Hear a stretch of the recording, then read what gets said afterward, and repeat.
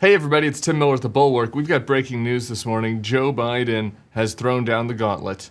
He has challenged Donald Trump to two debates, one in June, one in September. There's been a lot of discussion about whether we were even going to have debates this year for a variety of reasons. I'll get into that, but let's watch Joe Biden's campaign announcement this morning first. Donald Trump lost two debates to me in 2020. And since then, he hadn't shown up for debate. Now he's acting like he wants to debate me again. Well, make my day, pal. I'll even do it twice.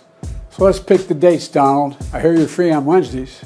If you missed a little joke there at the end about Donald Trump's trial schedule, they have Wednesdays off. Judge Merchan is giving them Wednesdays off, so Biden with a little wink saying maybe we could debate on Wednesdays. I think this is interesting for a variety of reasons. There have been a lot of people in Joe Biden's world. Even at the Bulwark, we had somebody publish an article arguing that Biden should not debate Trump, for partially because Donald Trump is not trustworthy. These discussions about whether you should platform somebody like Trump, you can get up on a debate stage with him, and the rules are imbalanced because Donald Trump doesn't care about the truth or lies. He'll interrupt. But all that said, to me, it was always obvious from the start that Joe Biden was going to have to debate. The big questions about him, maybe the biggest question about him, is about his age and his acuity. Ducking debates against Donald Trump when Donald Trump was willing to do them just wouldn't have worked for him. If Pete Buttigieg was the candidate, maybe he could have gotten away with not debating Donald Trump.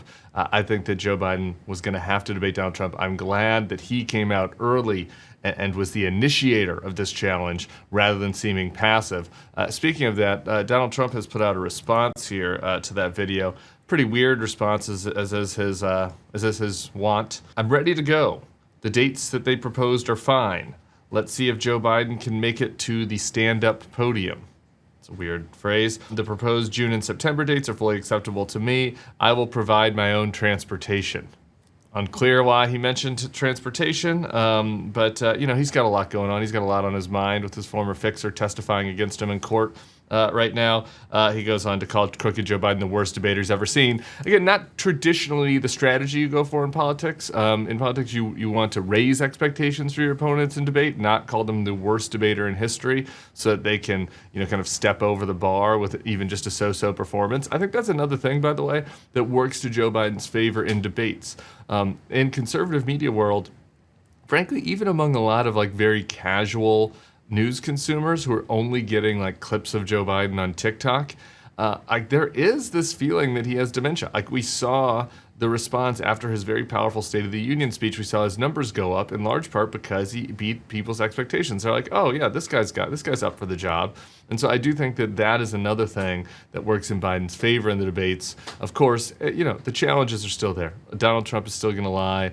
It's tough to be a fact checker in real time and stay on message and stay on your talking points. We've seen him knock relatively good debaters off their toes over the years, though Donald Trump's faculties are also, I don't think he's at the peak of his powers maybe as he was in 2016.